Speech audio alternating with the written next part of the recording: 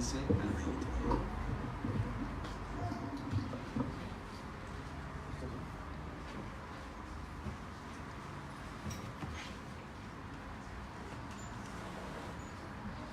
Y les quiero pedir que vayamos leyendo un versículo cada quien, así nos vamos empapando de lo que nos habla la palabra de Dios aquí en Efesios 5, del 15 al 20.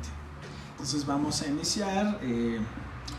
Recuérdame tu nombre, que es un poco... Argentina, qué bonito. Como de plata, ¿no? Sí. Oye, en Argentina puedes ayudarnos con el 15 y así vamos leyendo un versículo cada quien. Efesios 5 del 15 al 20. Luego Pía lee el 16 en español. Luego Dago y así vamos. ¿Okay? Muy bien. Entonces, ¿qué nos dice la palabra de Dios? Mirad pues con diligencia cómo andéis, no como necios, sino como sabios. Dago el 16. Ahí estoy. ¿Verdad? 16. Esto quiere decir que deben aprovechar toda oportunidad para hacer el bien, porque estamos en una época llena de maldad. 17, Chelito. No sean tontos, mejor traten de entender cuál es la voluntad del Señor. 18, Giancarlo. No se emborrachen, porque así echarán a perder su vida. Mejor llénense del Espíritu Santo. 19. Anímense entre ustedes con salmos, himnos y cantos de alabanza. Canten de corazón melodías al Señor. Y el 20. Siempre den gracias por todo a Dios Padre en el nombre de nuestro Señor Jesucristo. Amén. Wow. Recuerden, la semana pasada habíamos platicado que nos habla un desafío de cómo vivir una vida que impacte a otros, ¿no? Dijimos, hasta le pusimos título, ya no somos invisibles, nos hacemos presente la realidad de Dios con el amor, con el servicio, de una manera que impactamos a la comunidad, ¿no? A veces queremos que la gente viva de una manera que nosotros no modelamos, ¿no? Entonces el Evangelio nos desafiaba a hacernos visibles, a hacer la gloria de Dios visible en este mundo, ¿no? Dando un testimonio relevante, ¿no? Es lo que vimos la semana pasada. Yo quería preguntarles a ustedes, ¿cuál ha sido la cosa más tonta que has hecho? A una ocasión hice un juego, ¿no? Y les preguntaba que quién no había hecho un oso en su vida, ¿no? Todos, ¿no? Pues sí, he hecho un oso. Y algunos contaban que se cayeron y todo. Pero cuando les hice la pregunta, no fui tan específico. Dije, ¿cuál es la cosa más penosa o la ocasión que te ha dado más pena? Y pues muchos pusieron que se resbalaron, que no sé, se les rompió el pantalón. Y entonces tuvimos una noche muy, muy divertida. Pero yo quería contarles una ocasión donde uno no hace caso a las advertencias. Es muy interesante porque la primera parte dice, cuidado en cómo viven, ¿no? Fíjense en la manera, miren cómo andan.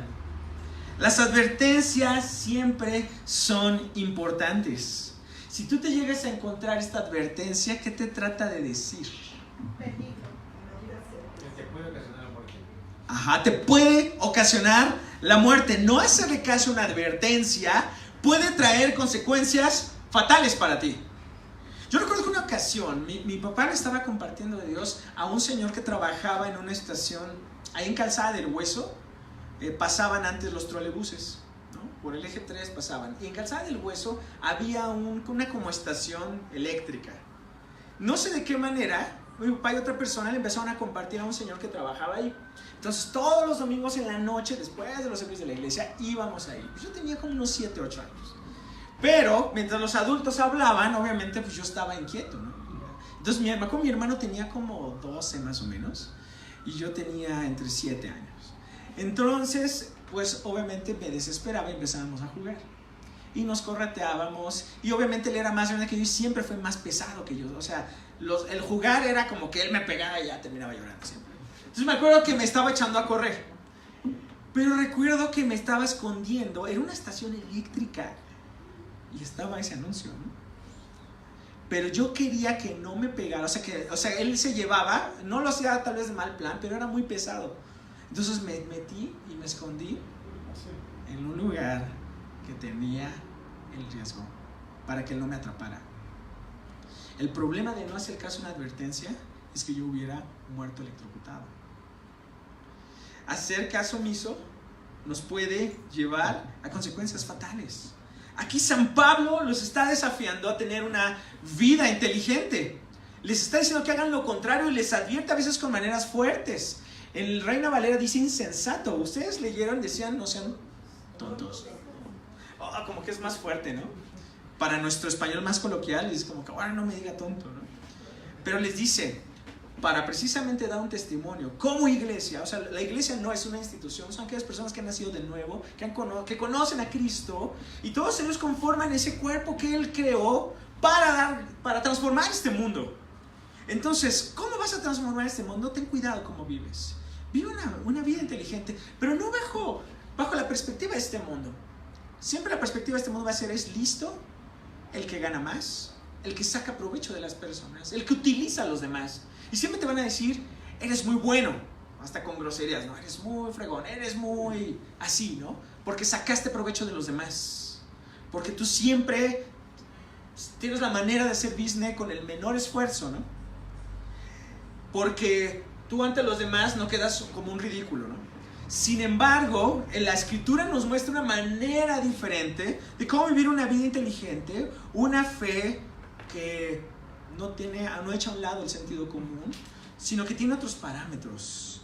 Y la primera cosa que vemos aquí es que Él les da una advertencia y les llama a un constante autoexamen. La advertencia que la Escritura aquí les plantea no es no solamente son recomendaciones para buenos modales. A veces la gente confunde los buenos modales con la actitud del corazón, ¿no? Por ejemplo, una de las gran quejas que la gente tiene con la caravana migrante es que no recogieron la basura, es que no se comieron los frijoles, ¿no? Y entonces esa es mi excusa para no amarlos, para hacer mensajes de odio, ¿no? Que ya han traído consecuencias duras, ¿no? Hay gente desaparecida por eso. ¿Pueden creerlo? Entonces siempre debe haber un autoexamen. Estás en riesgo de destruirte y destruir a otros. ¿Quiénes por aquí son maestros? ¿Por qué hacen evaluaciones? ¿Por qué nos hacen la vida de cuadritos? ¿Por qué tienen que hacernos un examen? Aunque algunos dicen que son antipedagógicos, pero tienen que evaluar de alguna forma. ¿Por qué tienen que evaluar? Pues para ver cuánto aprendió el alumno. Tú haciendo tus clases de música, solfeo, armonía, tantas cosas, te esfuerzas, te desvelas para que estén acá dormidos, estén en las redes sociales, ¿no? Ni estudiaron, les dejaste una pieza, llegas a la otra semana, muy bien, ¿lo que aprendiste? No. ¿Por qué haces examen, Bruno? No me queda otra. Tú que eres pedagogo, egresado de la UPN. No, pues un examen sirve como para dos o tres cosas diferentes, ¿no? Pero una es ver qué tanto aprendió o fue significativa el aprendizaje, vaya. Y la otra también para medirte tú como maestro, ¿no? O sea, para ver si realmente lo que enseñaste o si lo enseñaste de buena manera. Claro. También se evalúan ambas partes. ¡Claro! Evalúas, tal vez no fui claro en mis clases, ¿no? Tal vez dejé muy flojo este término y tenía que enfatizarlo más, etc. Los exámenes nos ayudan. Un autoexamen te ayuda a evaluar cómo te estás conduciendo. Si bien es cierto, las advertencias nos plantean que puedes poner en riesgo tu propia vida y la vida de otros, nos hace ver que ya no eres una isla y que las decisiones que tomes no te van a afectar solamente a ti, sino afectan de manera global. Ya ni siquiera a 3, 4 personas. A veces las cosas que haces el día de hoy afectan de manera mundial. De manera mundial. Hay una película muy interesante. Es un director mexicano, se me olvidó cómo es. Pero según esto está un hombre que está en una familia en Turquía. Me parece que están ahí. Entonces están los muchachos que están cuidando sus ovejas. Y le dice, a ver, tira, ¿no? Y toma el rifle, dispara a lo loco nada más así. No trae la intención de hacer ningún mal a nadie.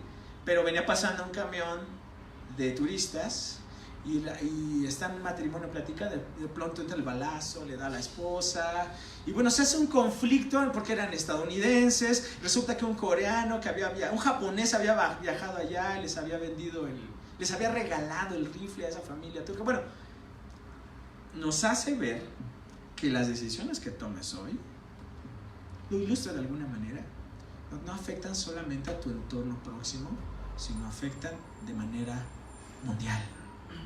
Afectan de manera mundial.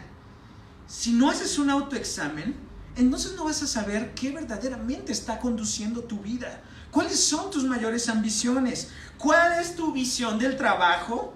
Aún de las relaciones interpersonales, de la sexualidad, de lo que tú realizas día tras día. San Pablo les dice, cuiden su manera en la que viven.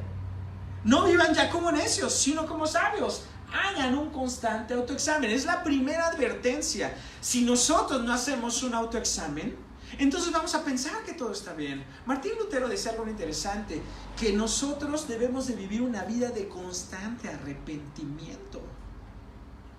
A veces pensamos que uno hace todo bien y que los que fallan son los demás. Y empieza a decir, ¿y por qué siempre tengo problemas? ¿Por qué tengo problemas en la escuela? Tengo problemas en mi casa, tengo problemas en la iglesia. En todas partes a donde voy se divide o pasa algo. Y siempre estamos creyendo que el problema son los demás. Es que aquí no me valoran. Es que en mi casa, pues, me tienen mala leche. Me tienen envidia mis hermanos. Tú puedes poner muchísimas excusas creyendo que los demás son los culpables, pero cuando tú no haces un autoexamen honesto, no te vas a dar cuenta que hay muchas cosas que tienen que seguir siendo transformadas por Dios en ti. Y vas a creer que todo está bien. Vas a seguir viviendo como necio, destruyendo tu vida y la de otros. Es bien interesante cómo la Biblia menciona al necio. Y hay muchas maneras de expresar quién es el necio. No solamente es alguien que es indolente, que a veces creyéndonos muy sabios, dice la Escritura, nos hicimos necios.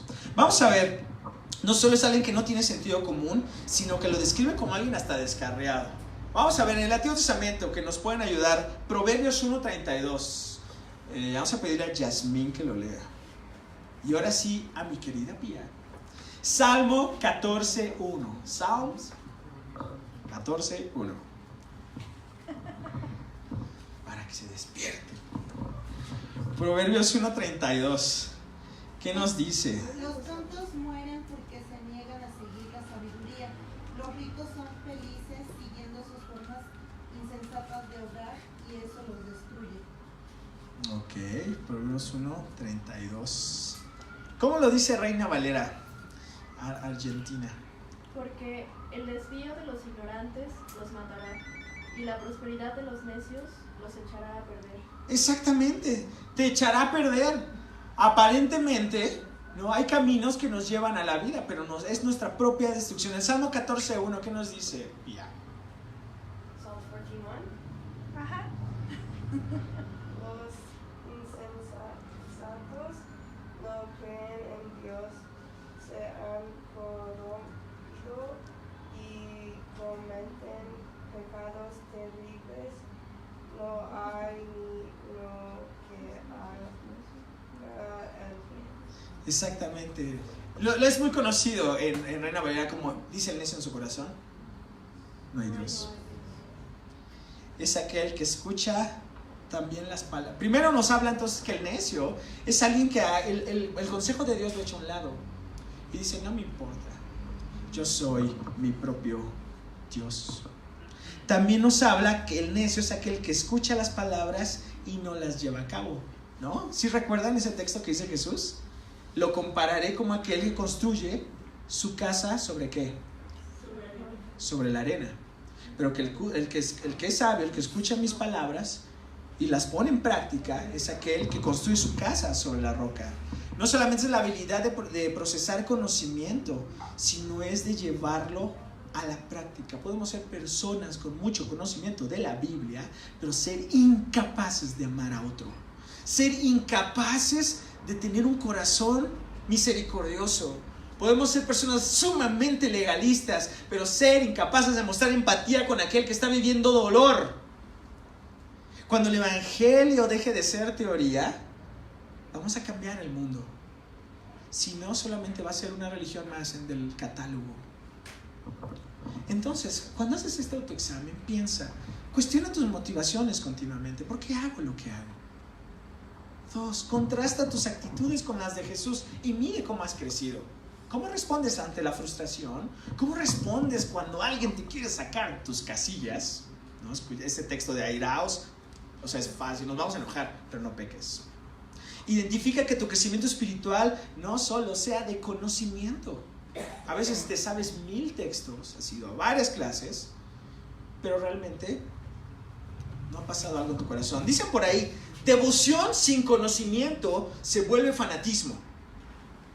Hay gente muy devota, pero ni lee la Biblia ni nada, ¿no? Entonces luego hacen cosas atroces. Conocimiento sin devoción se vuelve legalismo.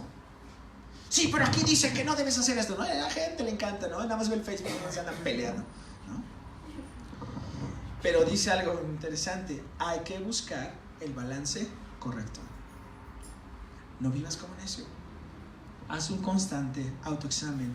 ¿Qué costumbres, acciones y maneras de pensar tienen que ser modificadas en nuestra vida? ¿Cómo podemos seguir nosotros queriendo evaluar a los demás cuando no nos hemos evaluado a nosotros mismos? Jesús lo decía de otra forma. ¿Cómo pretendes sacar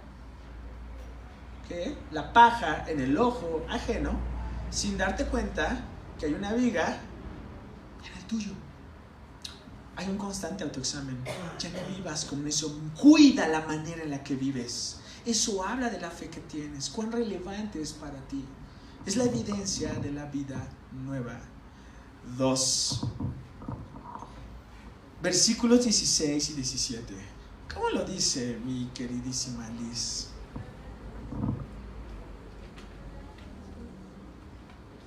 Esto quiere decir que deben aprovechar toda oportunidad para hacer el bien, porque estamos en una época llena de maldad.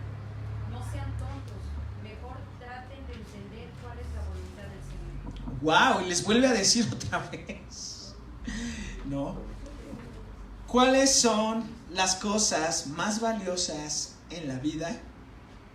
Demasiado preciosas como para malgastarlas. ¿Cuáles son las cosas más valiosas en la vida que son demasiado preciosas como para malgastarlas? ¿Cuáles piensan? ¿Cuál piensas, Dani? Mi matrimonio. Cuídame que te me voy a decir. Cuídame. ¿Ok? El matrimonio. Exacto. Hay gente que no valora a las personas que tiene. Mi queridísimo Dago, ¿qué otra cosa es demasiado valiosa como para malgastarlo? Pues el tiempo. Wow. Exacta. El tiempo. Exactamente. Tiempo es igual a vida. La salud. Exactamente, la malgastamos. Entonces, el tiempo que tienes es único e irrepetible. Es esta vida que Dios te da. Cuando tú le das tiempo a alguien, le estás dando lo más valioso que tienes. Ni siquiera es dinero. O sea, hay gente que está enferma en el hospital, lo que quiere es más tiempo para vivir, para estar con los que aman, ¿no? ¿Nunca te ha pasado que estás en un accidente y te pasan como en las películas? ¿Recuerdas cosas? A mí me ha pasado, así cuando he sentido que estoy a punto de morir, es un accidente o un asalto, dices, ¿cómo hubiera querido pasar más tiempo que mamá? Pero no sé cómo lo piensas así, rapidísimo. De hecho, ayer tuvimos un accidente Wow. en la carretera, pero gracias a Dios. ¿Con los de la Marina? Wow. Sí. Es tremendo. Y dices, te hace replantear, experiencias así te hacen replantear. O sea, San Pablo vivió experiencias donde lo dejaron golpeado, que parecía que estaba muerto. O sea, que te den una tranquiza, que ya parezca que te moriste, ¿cómo te han de haber dejado? Pero te pegan con sadismo. Ahora, él estaba en la cárcel en ese momento. El tiempo que tienes es una bendición de Dios. Por eso tenemos que volvernos administradores sabios de esta oportunidad que nos da Dios. La misión de la iglesia en este tiempo también es irrepetible. Entonces, me gusta cómo lo interpretó el traductor de PDT, porque dice que busca oportunidades para hacer el bien. Porque tú podrías pensar, porque habla del tema este de Kairos, ¿no? Porque a veces decimos, bueno, entonces voy a ser bien freak del tiempo, entonces voy a visitas del trabajo. Va más allá de eso. Busca oportunidades para hacer el bien. A veces dejamos pasar oportunidades para hacer bendición. A veces dije, todo el tiempo que pasé con mis compañeros del trabajo, jamás fui alguien positivo, jamás fui alguien que les dio aliento, jamás les di esperanza de Jesús. Pero fui una persona que solo aprovechó el tiempo para decir un montón de albures, para estar siempre pensando maneras de no trabajar, etcétera, etcétera, etcétera, etcétera. Toma oportunidades para mostrar la gloria de Dios. O sea, Kairos precisamente se traduce como esa oportunidad específica que uno tiene. No simplemente es un lapso de tiempo que es marcado por un reloj, sino la idea es utilizar cada instante para ser de bendición a las personas. Y pareciera algo que es muy sencillo, que lo escuchas, pero si no eres consciente, a veces inviertes más tiempo en ser negativo y en ser piedra de tropiezo.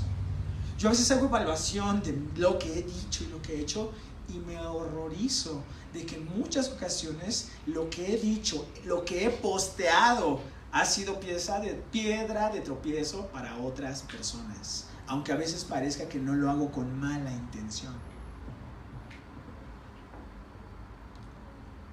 ¿Cómo vives esta vida que Dios te da? ¿Cómo identificas las oportunidades que Dios pone delante de ti? Hay cosas tan pasajeras que se llevan todo nuestro tiempo. Y el problema muy fuerte, y es algo que luchamos, al menos algunos de estas generaciones y aún las posteriores, son las redes sociales que pueden hacernos estar perdiendo el tiempo, no solo unos minutos, todo un día. Es más, si tú no administras el tiempo que haces usando la computadora, puedes perder bastante. Puedes perder, o sea, se va así. Y cuando menos ya pasaron 2-3 horas y tú nada más estuviste viendo a ver qué nuevo chisme había o qué nuevo meme habían sacado. Y no estoy diciendo que no tengas tiempo de esparcimiento, que es bueno y Dios mismo lo pone, pero a veces perdemos el tiempo en cosas demasiado pasajeras. El tiempo pasa y el mal hará uso de él si los cristianos no lo hacen. Hay gente que sí se toma en serio el tiempo que tiene para hacer las cosas mal. Recuerdo que, no sé si los conté a ustedes, la otra vez regresaba de Cancún, ven que ahorita andan viajando allá para las mudanzas, etc. Entonces, una vez la fui a recoger y en lo que su vuelo se atrasó, vi que llegó una banda de rock al aeropuerto. Y entonces yo vi que eran extranjeros, ¿no? Y dije, me voy a acercar. Pero yo traía una playera esas de Juan 3:16, ¿no? O sea, ahora se venía bien cristiano. Entonces me acerco y les pregunto como al manager, le digo, ¿quiénes son? Y me dijo, se llaman Gorgoroth. Yo escuché en los 90s que había una banda así de black metal, ¿no? Entonces, pero así como que nunca vi las letras, ¿no? Dije, órale. Dije, me voy a tomar una foto con ellos. Me dice el manager, no creo, te van a odiar. Y yo, ¿por qué? Que me ponga a ver en Wikipedia. Gorgoroth es una banda que ha puesto dinamita en iglesias cristianas. Han patrocinado a las sectas satánicas, donde pertenecen ellos, han patrocinado grupos neonazis en los países nórdicos. Hay gente que sí se toma en serio el mal. Otro dato interesante, o sea, a lo mejor es fuerte, pero esa banda ha promovido el que muera gente en sus conciertos. Sí. Sí, las bandas pioneras del black metal, ¿no? Y yo todavía me puedo sacar una foto con mi playera de Juan 3:16. Son unos rockeros, ¿no? Que me encontré. Pero después me di cuenta que esos cuates se tomaban en serio su maldad.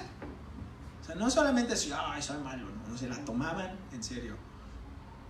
Y me pregunto, ¿qué oportunidades tengo yo para hacer bendición? Si no nos tomamos nosotros en serio esta oportunidad, del mal sí lo hace. Y nada más abre los ojos, ve un periódico.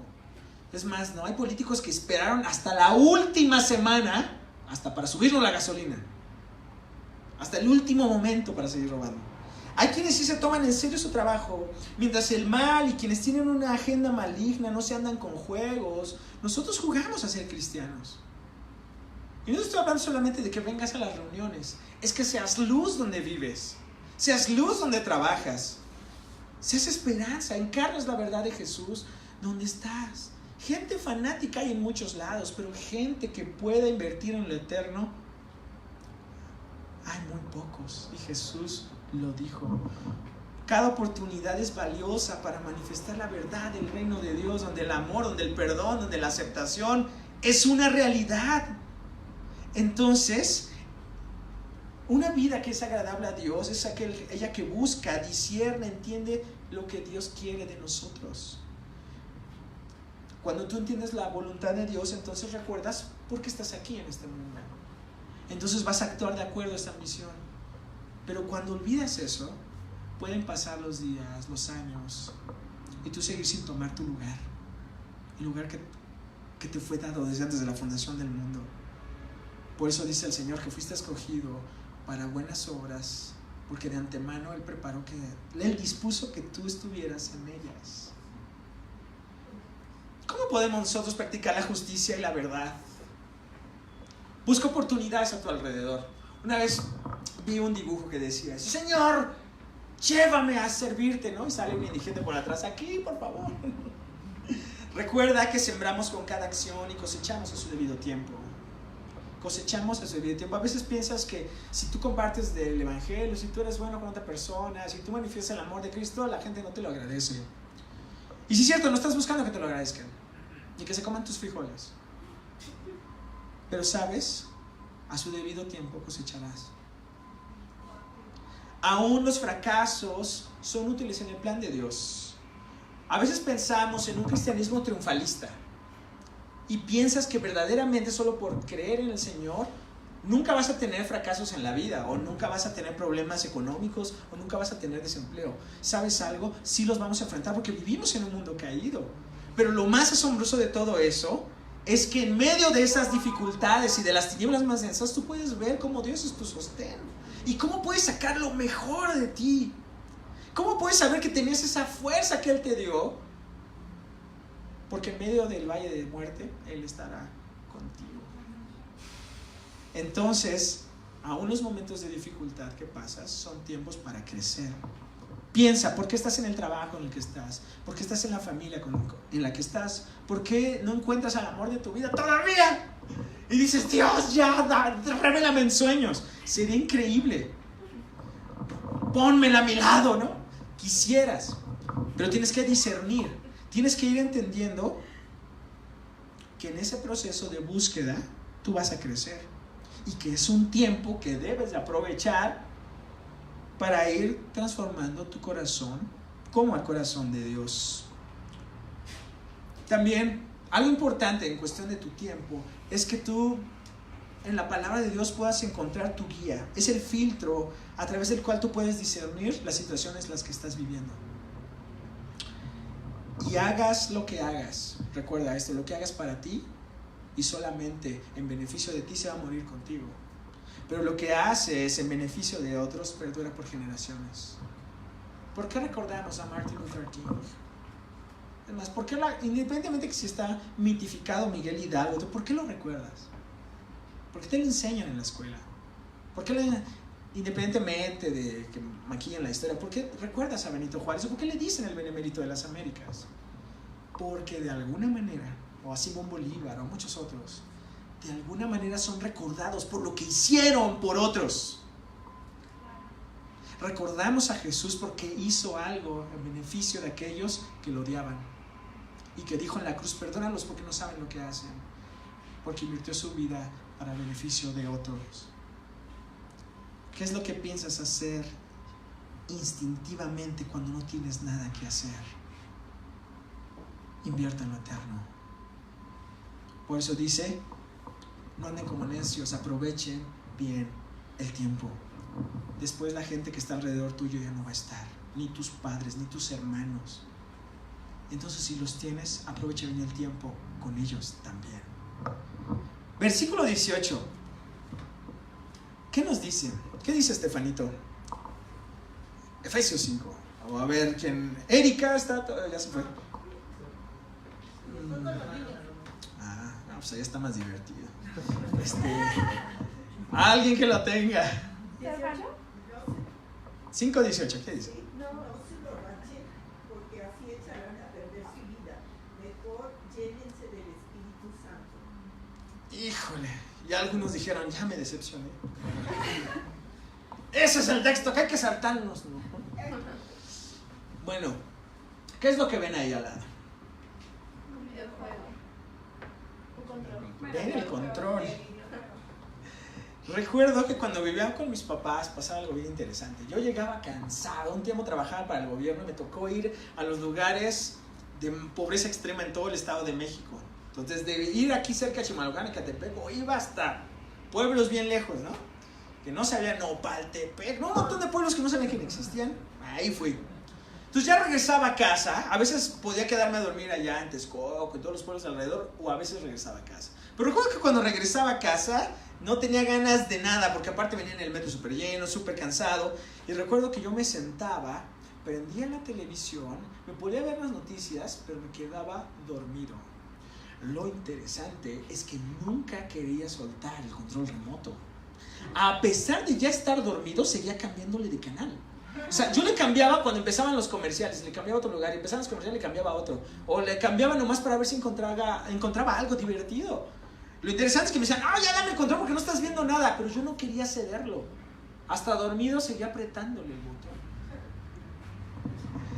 El deseo de tener en nuestras manos las situaciones es muy frecuente. Sin embargo, hay dos maneras en las cuales nosotros cedemos el control. Hay una que construye tu vida y hay otra y que te transforma, y otra que lleva a perderte.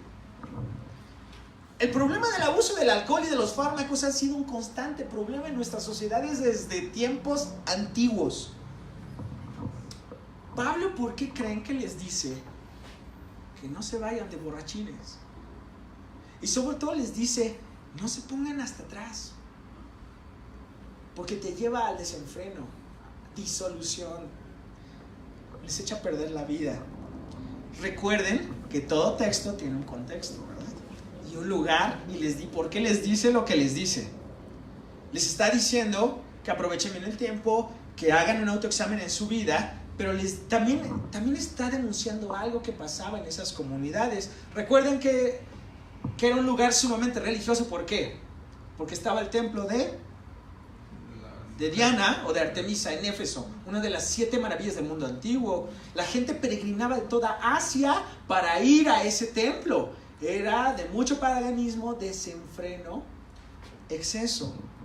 Entonces, la costa de la provincia de Asia Menor era conocida por el cultivo de la vid, y el vino se usaba como un estímulo al compañerismo, al convivio, a la sociabilidad.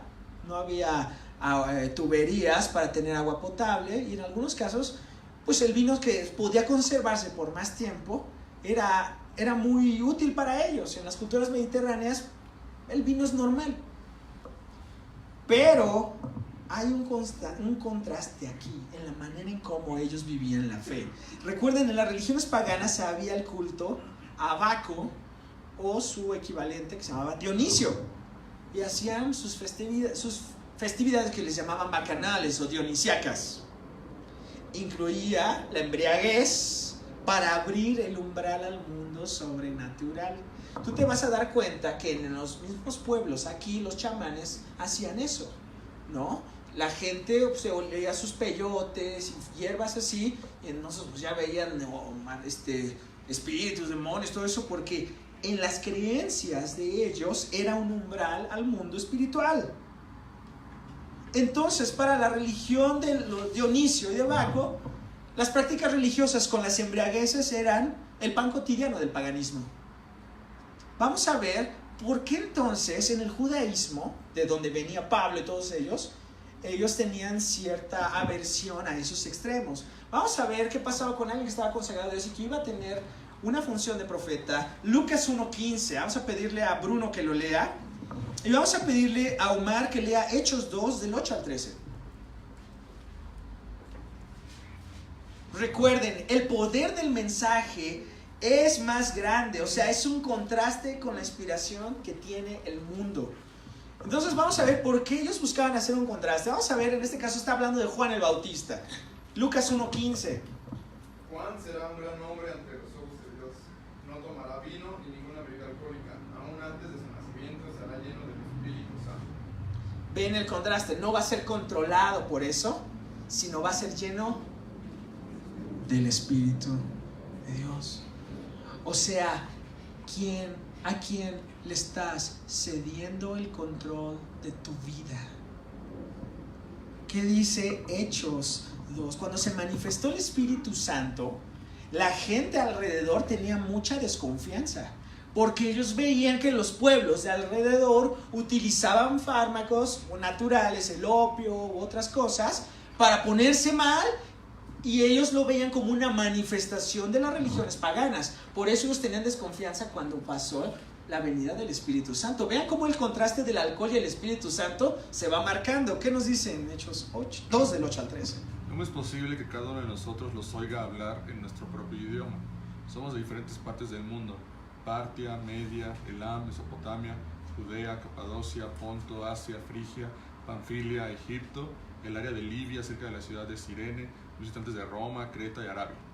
Algunos de nosotros somos judíos y otros nos hemos convertido al judaísmo. Venimos de todos estos países, pero los escuchamos hablar las maravillas de Dios en nuestro propio idioma. Todos estaban sorprendidos y asombrados y se preguntaban: ¿qué está pasando? En cambio, otros se burlaban diciendo: estos están borrachos. Están cuetes, están mal. Pero los que venían de África, desde los Balcanes, desde ya acercándose a Rusia, de Irak, Irán, de todas esas regiones estaban ahí. Y dijeron: estos están hablando las maravillas de Dios. Cuando te controla el Espíritu Santo, lo que dices va a ser de bendición. Entendible. Las maravillas de Dios se van a aplicar a la vida de cada persona, por muy diferente que sea. Pero en este caso los otros decían: están borrachos, porque es una práctica habitual de las religiones extranjeras. Entonces Pablo, en contraste, les dice: oigan, cambien.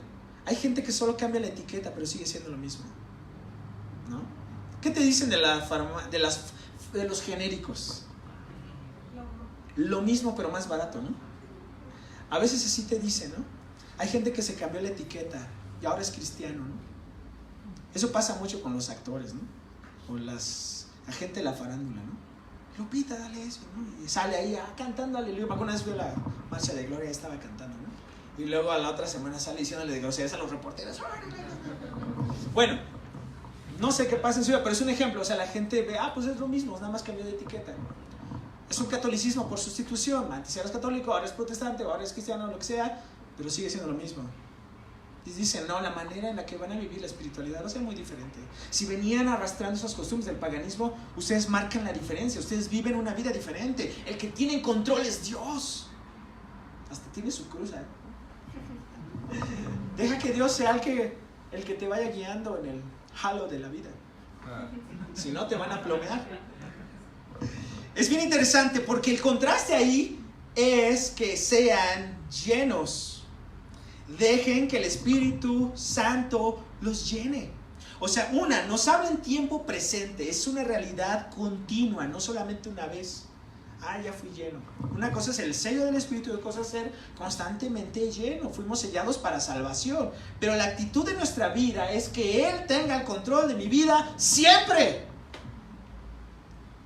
Y aparte es de modo imperativo, te está diciendo: búscalo, hazlo. No te resistas a la dirección de Dios, ¿no? Nos señala un proceso de apropiación, ¿no? Estar bajo la influencia, el control del Espíritu. Y no es de que entres en trance, es que ahora el control lo tenga Dios, ¿no? ¿Cómo está eso? ¿No? Nos habla bien interesante. Ser llenos es responder a la palabra de Cristo, abriéndonos a su influencia, cediendo nuestras mentes a su verdad, nuestros corazones a su enseñanza y nuestra voluntad a la obediencia. Es estar bajo la influencia de la palabra de Dios, es situar a nosotros mismos bajo el señorío del Espíritu. Hay un pasaje paralelo. Efesios y Colosenses fueron escritos al mismo tiempo y tienen enseñanzas paralelas. Este mismo texto lo vas a ver descrito en Colosenses 3. Y lo interesante es cuando habla esto de ser lleno, habla lo mismo que la palabra de Cristo more en ustedes. Pasa lo siguiente. A veces sabemos los textos, pero esto no me cambia. O sea, sí está bien, pero siempre vamos a buscar una excusa para no hacer lo que la Escritura nos manda. Hoy aquí dice que compartas. Sí, pero no se lo merece, ¿no? Pues tú tampoco te mereces el amor de Dios, te lo dieron, ¿no? Entonces siempre vamos a buscar la excusa. Siempre. Deja que la palabra de Cristo more en ti. Deja que el Espíritu Santo, Cristo viviendo en ti, sea tu mayor influencia. Te guíe. ¿No? Piensa qué cosas te están conduciendo. A veces te conduce el odio, el rencor, y eso es lo que te está influyendo para hablar mal de las personas. El odio, la desconfianza o las heridas que tú tienes son las que te están controlando, ¿no? ¿Cómo se conduce a alguien que tiene bastante rencor? Ya no razona, ni oye razones, ¿no? Ya está, pero enojado, enfadado. Hay ciertos borrachitos, déjenme ahorita, ¿no? Ya está controlado. ¿Cómo te controla el Señor? ¿Cómo cedemos que Él tenga el control? Entendemos que es un mandato. Mi participación es importante, no me meto en los zapatos, llévame. No. Tu inteligencia es usada, tu voluntad también. Es que tú digas, Señor, como dijo María una ocasión, he aquí la sierva del Señor, hágase conmigo conforme a tu palabra. Así es. Hágase conmigo conforme a tu palabra. Deja que Dios tenga el control. No estés dormido como yo, queriendo cambiarle de canal todo el tiempo y no llegando a nada. No dejes que otras cosas conduzcan tu vida. Tal vez tú puedes decir que tú no estás luchando con el alcohol, con la mota o algo así, pero tal vez hay otras cosas que sí te están controlando. El deseo de comprar, ¿no? Ciertas adicciones a los juegos. Yo conocí a una persona que ya se había gastado 4 millones de pesos en el Jack. Y dijo, oye, me hubiera disparado una casa. Oiga, compré un terreno para hacer una iglesia, no sé, 4 millones en el Jack. ¡Wow! ¿Qué cosas te pueden estar controlando? ¿Qué obsesiones están tomando el control de tu vida? Deja que Dios te transforme. Dios no te va a llevar al fanatismo. Al contrario, te va a llevar a transformar el mundo de maneras inteligentes, hermosas. No, porque el fruto del Espíritu es amor, gozo, paz, paciencia, benignidad, bondad, fe, mansedumbre, templanza. Te va a llevar a eso. Pero el fruto de la carne te lleva a la destrucción. Entonces, no es el privilegio solo de unos creyentes, es una oportunidad para todos. La llenura no es recibir al Espíritu, porque ya Él está hablando a gente que ya ha nacido de nuevo, sino permitir que cumpla los propósitos por los cuales llegó a tu vida. O sea, Dios no te trajo a la fe solo para ser un fanático o un miembro de una religión. Eso no le sirve al Señor. Quiere hacer algo más. La persona sin el Espíritu no tiene dominio de sí mismo. Porque una manera de recordarnos de los frutos del Espíritu es dominio propio. Nada de demonio propio, por favor. Dominio propio. Bajo el señorío de Cristo. Y luego nos dice algo, versículo 19. Entonces, ¿cuál es el contraste? Lano, ¿cuál es? 19. No, David, que está por acá.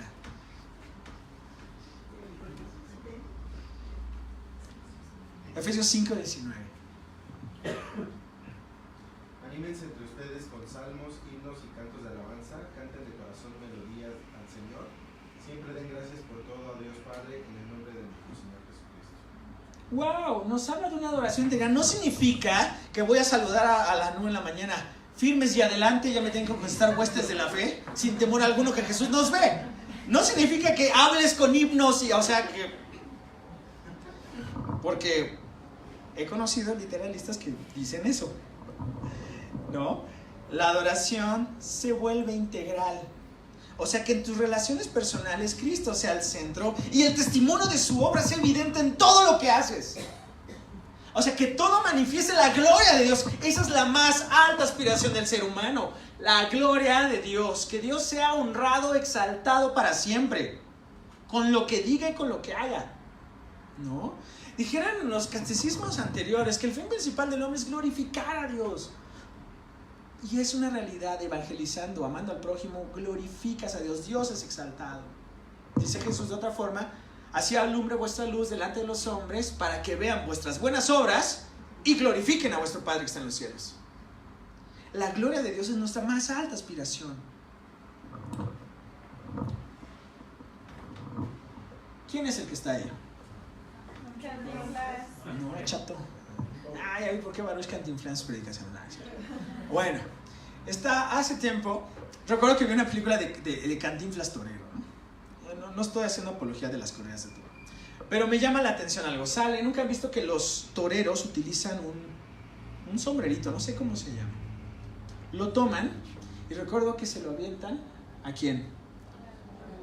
Bueno, la chica guapa. Cantinflas se lo avienta a una muchachona y se enamora de Cantinflas. Bueno, ay, Cantinflas ahí está platicando con el toro. Pero cuando hacen eso es que le brindaron la corrida de toro.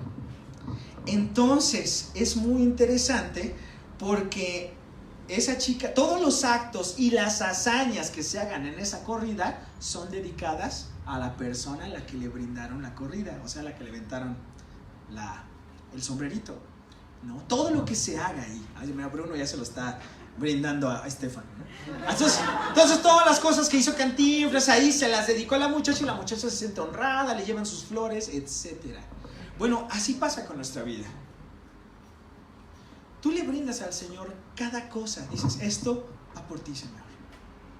O sea, el momento de adoración no se limita a las canciones que se entonan aquí. No se limita. Se complementa con lo que tú vives día tras día. Porque dices, esto va para ti, Señor. Este trabajo que tengo que me cuesta, es difícil, va para ti. No vayan a ser como algunos que asaltan y se persignan por la cartera que se robaron. No, porque sí los llegué a ver en el metro, ¿no? Esta es mi primera cartera, Dios. No, espérate. Lo primero, dices, todo lo que hago te lo dedico a ti. Bríndale al Señor todo lo que es. Entonces te vas a dar cuenta que todo se vuelve sagrado. Francis Schaeffer dijo algo bien interesante: nada es secular, lo único secular es el pecado. Todo es sagrado. Porque todo es para la gloria de Dios. No vas a decir, de aquí para arriba soy de Dios, de aquí para abajo soy del diablo. No, porque así pasa luego, ¿no? Mi mente me dice, ay, sí, mis canciones, pero de acá mis sentimientos, mis relaciones personales, voy a donde quiera, ¿no? Para Satanás. No, espérate. Yo brindo todo para la gloria de Dios. Entonces todo se vuelve espiritual y todo es profundo, todo deja de ser trivial. Aún tu entretenimiento deja de ser trivial y se convierte para la gloria de Dios. ¿No crees que es fantástico? Por eso les dice, canten y alaben al Señor con el corazón. Sí, es una invitación a que le cantes, pero que también no se limite solamente a las 3 que te sabes y después ya no canto porque no me las sé, sino decir, todo lo que hago lo brindo para tu más alta gloria. Entonces tu manera de ver el trabajo va a cambiar. No lo haces para el patrón ni para el gobierno, no es para la gloria de Dios, lo haces bien. Y ese fue Max Weber. En alguna ocasión dijo, bueno, ¿cuál es el secreto de los protestantes? Y aunque él tiene sus teorías, decía, bueno, es que estas personas chambean para la gloria de Dios. Y esa fue la cosmovisión que trajo la Reforma. Cuando redescubren las Escrituras, dicen, wow, yo vivo para la gloria de Dios, sea a lo que me dedique. Entonces, no hay trabajo que no entre en esto. Si aún tú dices, soy barrendero, puedo hacerlo para la gloria de Dios. Entonces mi trabajo tiene dignidad. Eso es bien importante. A veces nuestra sociedad nos ha dicho que ciertas cosas sí son buenas y otras, o sea, que ciertas cosas tienen una alta estima y las otras no. Si alguien viene de traje, es un funcionario, usted siéntese, ¿no? Pero llega alguien que está barriendo y, no hay, aquí no hay, ya váyase, ¿no? O sea, nosotros nos han hecho pensar así. Pero cuando nosotros cambiamos nuestro chip y nuestra vida está para la gloria de Dios, todas las profesiones son sagradas. No solamente es el pastor. Date cuenta, en el cristianismo les decían, al principio la gente les decía, ustedes son ateos. Y se quedaban los cristianos, ¿cómo? ¿Ustedes no tienen clero? ¿Ustedes no tienen templos? ¿Ustedes no tienen imágenes? Entonces ustedes no creen en nada. Los cristianos decían, no, nuestro Dios es, nada lo puede contener, ¿no? Él creó los cielos y la tierra. Porque recuerden que los cristianos se reunían en casas. 2, no tenían clero organizado. Entre la comunidad surgían los pastores y obispos, que no era un cargo de nobleza, sino era un ministerio, o sea, un servicio. Y no tenían imágenes, obviamente. Entonces, eso del clero, que solamente ellos tienen una función sagrada y son ministros de 24 horas, debemos de cambiarlo. Tú y yo, todos somos ministros de 24 horas. Todos vivimos para la gloria de Dios. Entonces, es posible vivir bajo la altura de nuestra vocación. Colosenses 3, del 23 al 24. A ver, léanlo juntos. Recuerden que Pablo la hace muy paralela esa carta con Efesios.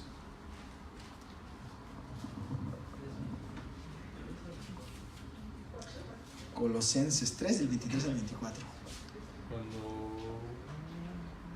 Quien primero lo tenga, que lo lea. Cuando hagan cualquier trabajo, háganlo de todo corazón, como si estuvieran trabajando para el Señor y no para los seres humanos. ¡Wow! Entonces, ¿cómo va a dar sus clases de inglés David? Como para la gloria de Dios. ¿Cómo va a dar sus entrenamientos de finanzas, su querida esposa? Para la gloria de Dios. Cada pieza que vas a tocar en el piano es para la gloria de Dios. Por eso buscas hacerlo excelente, ¿no? Vas a dar lo mejor de ti. Es posible vivir a la altura, todo lo que hagas. Si Alice cocina un pan, lo hace para la gloria de Dios. Y lo hace de buenas, y lo hace feliz, y lo hace gozosa. Por eso dice el versículo 20, siempre den gracias en todo al Padre, en el nombre de nuestro Señor Jesucristo. O sea, lo siguiente, Omar, la gratitud va junto con la adoración, porque es el reconocimiento de los beneficios que Dios me ha dado. El Salmo 103 dice, bendice alma mía al Señor y no olvides ninguno de sus beneficios. La gratitud es algo que continuamente sale de ti, o solo son puras quejas. Yo creo que conocí hace poco a una mujer que todo el tiempo se queja, pero así, de que dices, ya, Dios mío, pónganle como un diurex en la boca, ¿no? Bueno, me la encontré hasta en la expo por allá, y yo se estaba quejando de todo. Yo decía, bueno, ¿por qué dejan que me eche su basura? Da gracias en todo al Señor en el nombre de Jesús. Para terminar, quiero decirte algo. ¿Qué es lo que ven en esa imagen? Los cristianos dando gracias. ¿Y dónde están? En el Coliseo. Ay, Policarpo de Esmirna fue obispo de esa ciudad. Fue quemado como mártir en el 155 después de Cristo. Fue alguien que se convirtió ya grande de edad, ¿eh? Así que, mis hermanas de cabecitas blancas, Dios las puede usar. Ustedes nunca piensen que no son útiles para la gloria de Dios. Policarpo de Esmirna estuvo guiando a muchas personas, escribió hasta una carta a los filipenses también. Es muy interesante. Pero pasa algo. Desde que lo agarraron hasta que lo llevaron, todo el tiempo quisieron molestarlo para que apostatara de su fe. Entonces, cuando alguien lo quería hacer que apostatara de su fe, dijo una frase que mantuvieron ahí escrita. Dice, Policarpo, ese hombre que está parado, dijo, durante 86 años he sido su siervo, o sea, de Dios, y no me ha hecho mal alguno.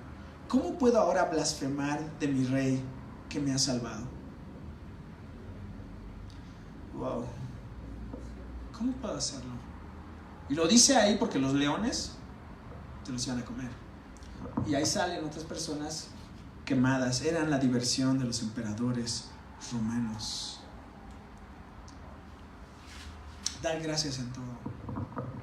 No te estoy diciendo que seas un conformista. o un loco, sino que aprende a dar gloria a Dios en las buenas y en las malas. Porque si vivo, para el Señor vivo, ¿no? Y si muero, muero también para Él y para su gloria. ¿Cómo mi vida puede manifestar un estilo de vida inteligente? Trabaja en examen, autoexamen constante, ¿no? Vive una vida de adoración integral, una vida de gratitud al Señor. Dale a Él el control, como estuvimos platicando hace un momento. Y recuerda, vivimos para su gloria. Así que invierte en lo eterno y deja que Él te transforme. La obra poderosa de Dios puede ser posible, una vez más te lo repito, solamente cuando dejas que Cristo transforme tu vida. Y si tú no le has dicho a Jesús, entra en mi corazón, transfórmame, te cedo el control. Ya el volante del carro no me lo des porque ya le pegué, choqué, ya todo, ¿no? Ahora tómalo tú, Señor. Hoy puede ser la diferencia en tu vida. Si tú no has conocido a Jesús, va más allá de ser una religión o solo normas morales. Es una relación personal con Dios.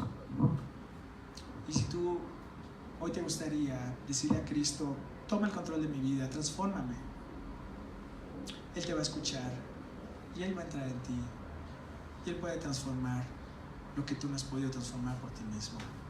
Quiero invitarte a que cierres tus ojos y oremos. Cierra tus ojos. Padre, gracias por la oportunidad que nos das de estar juntos esta mañana. Queremos rogarte que tú nos perdones porque mucho tiempo, a veces ya hasta inconscientemente, hemos andado como necios, negándote. A veces, tal vez no con nuestras palabras, pero con nuestras acciones te hemos negado muchísimas veces.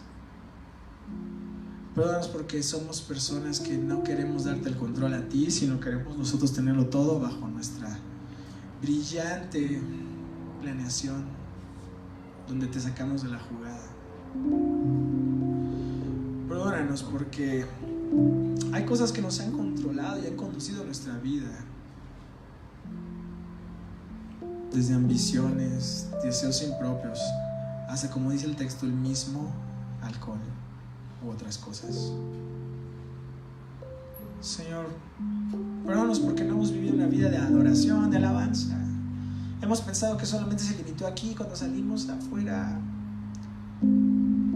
despotricamos y estamos perdiéndonos la oportunidad de hacer que este mundo sea diferente, porque tú anhelas que sea transformado. Renuévanos, Señor. Ayúdanos, porque solos no podemos. Danos la fuerza, la paz. Entra en nuestra vida. Sé el dueño de lo que somos, sé el que conduce nuestra vida. Queremos vivir transformados por ti. Y al final de nuestros días recordar que valió la pena luchar, que valió la pena invertir en personas, en amor, que invertimos nuestro tiempo, o sea, nuestra vida, en lo que permanece para siempre y no en lo pasajero. Permítenos dejar un legado de vida y no un legado de dolor. Renuévanos, te lo rogamos en el nombre de Jesús. Amén. Amén. Y